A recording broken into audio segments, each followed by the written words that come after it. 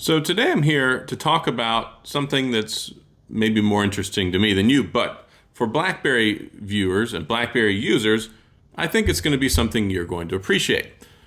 I want to talk about the BlackBerry Passport. Now, I did my look back, I did my review, I did my comparison, but I think that what's missing is I want to talk about what made this phone so great. There are still people that love this phone. There are still people that want this phone, even though the operating system has basically been on life support for years. It hasn't received any updates. Why would someone still hang on to this phone? And what made it so iconic in the first place? Before we get into that, I do want to say, if this is your first time stopping by the channel, thank you for being here. If you've been here before and you like to watch these videos, thanks for coming back. And if you enjoy this, please hit the like and the subscribe button and the little notification bell so you can get updates on new videos when they come out.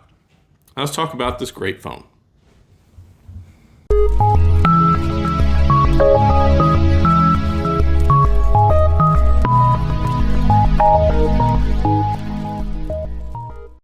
So the smartphone world is a very busy place. We get new phones every year. We get a new iPhone, we get a new Samsung, we get a new LG. So many different devices that really it's kind of hard to keep track of them. Well, what we haven't seen a lot in the last couple of years is new BlackBerries. And of course, we haven't had a new BlackBerry 10 device since the year 2015. It's 2020 now. This right here is the most iconic BlackBerry 10 device, and so many people love it. I pre-ordered mine. I got it the day it came out. I remember like it was yesterday. I had it shipped to my house, got next day delivery, and I ran home from work on my lunch break, and I got it. So many different people looked at this, and they thought either A, I was crazy, or B, they were really intrigued, but all of them were interested. Because look at this. I mean, in the past BlackBerry world, we had much smaller phones.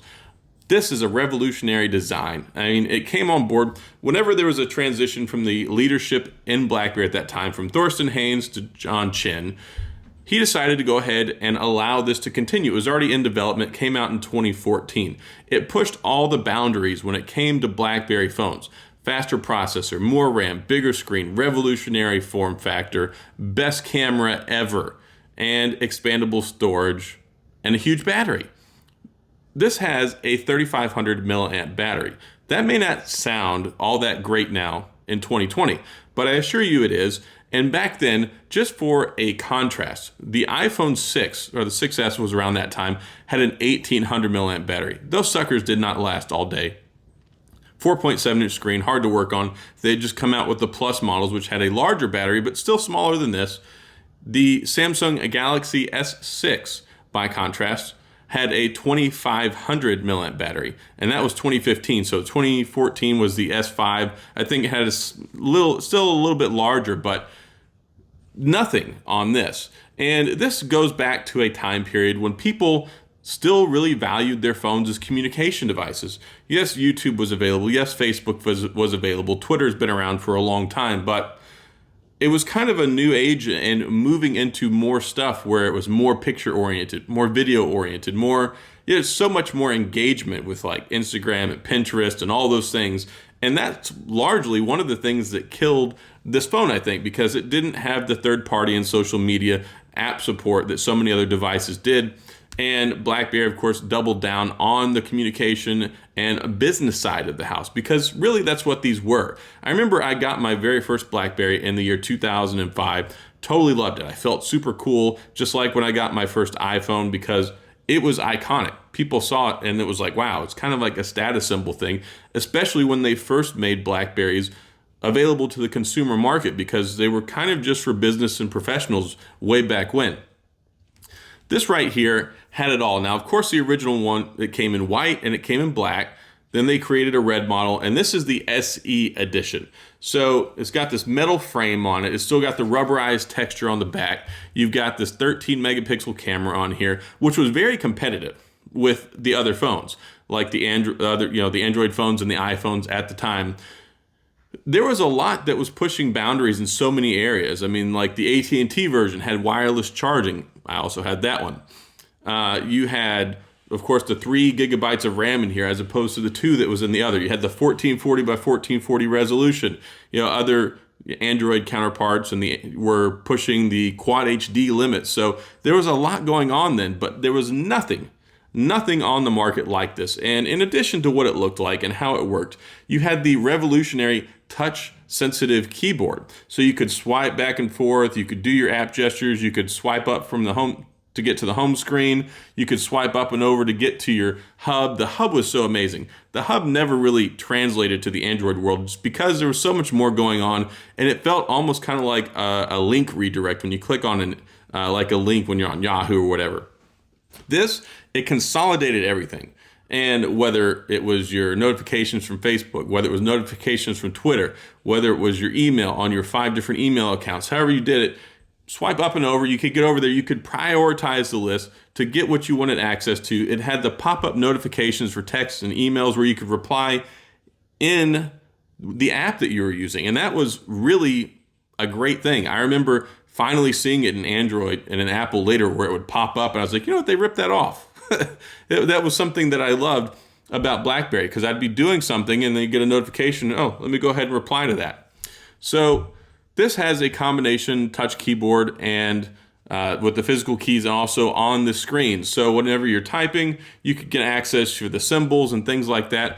You could type away on this thing. And what was also great was you could change the orientation. So you could use it in this orientation, or you could flip it to the side, and then you could just use the scroll feature using the touch sensitive keyboard. It gave you such a great open picture of what you were doing. And the way this was designed is, if I can remember off the top of my head, they said that like 66 characters was ideal for a viewing or reading experience on your phone. And by making this display larger than it is, you could display more characters. So if you're reading documents, you're reading PDFs and doing things like that, it made it ideal for consuming information, which was one of the pivotal tenets of what BlackBerry believed in, which was communication and productivity. So ultimate productivity device, all-day battery. And then it was cool back then because, I mean, you can still go in. It has a shortcut now whenever it comes to YouTube, but you can still even view YouTube videos on here, which is nice. You can use Twitter Lite, you can use Facebook Lite. There's not a whole lot left on here that you can use outside of the core functions of the BlackBerry experience, but you can still do some things, which is nice, and a lot of people are perfectly fine with that. There's nothing like this out in the Android world other than the brand new Unihertz Titan, which a lot of people like. I reviewed this. You can check out that video as well, but it's still not the same as this. This is sleek, it's felt, it looks so nice. I mean, even carrying this out today and people see it, you get a lot of people that ask questions, but it really was a great and iconic device at the time, and I totally love it, which is one of the reasons why I've held on to this and other BlackBerries today. Thankfully, I had a friend of mine that gave me this because I didn't have my original one anymore. They're very hard to find, but these are all just so many reasons why people love it so much, and it's a pleasure to type on. And if you've never used a BlackBerry, that may not be something that you understand. I've been using a physical keyboard on my phone since the year 2005. Back then, that's how it was. You typed on a keyboard, you had numbers, you had T9 typing.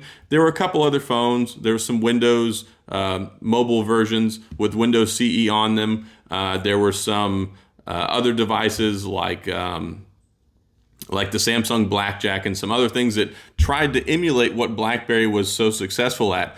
But having used these for so many years, it's just hard to envision a world now in 2020 where we might not have any new BlackBerries moving forward. So a lot of people didn't want to move over to Android, and they still prefer to use BlackBerry 10. And if BlackBerry 10 had like an updated browser on it, I would wholeheartedly be invested in one of these phones still, because BlackBerry 10 is so great to me. All the wonderful swipe gestures, it's so quick, it's so easy. It's funny that this came out so many years ago, and now we're looking at Android 10, or even the iOS 13, which has embedded and incorporated so many of these swipe gestures that back then people criticized this phone and the operating system for. But yeah, this is just a special phone. It looks so unique. I mean, even today, you look at everything. It's all just glass slabs. They all look mostly the same. I mean, there's so many phones that if you were looking at them from a distance, you might not be able to tell the difference.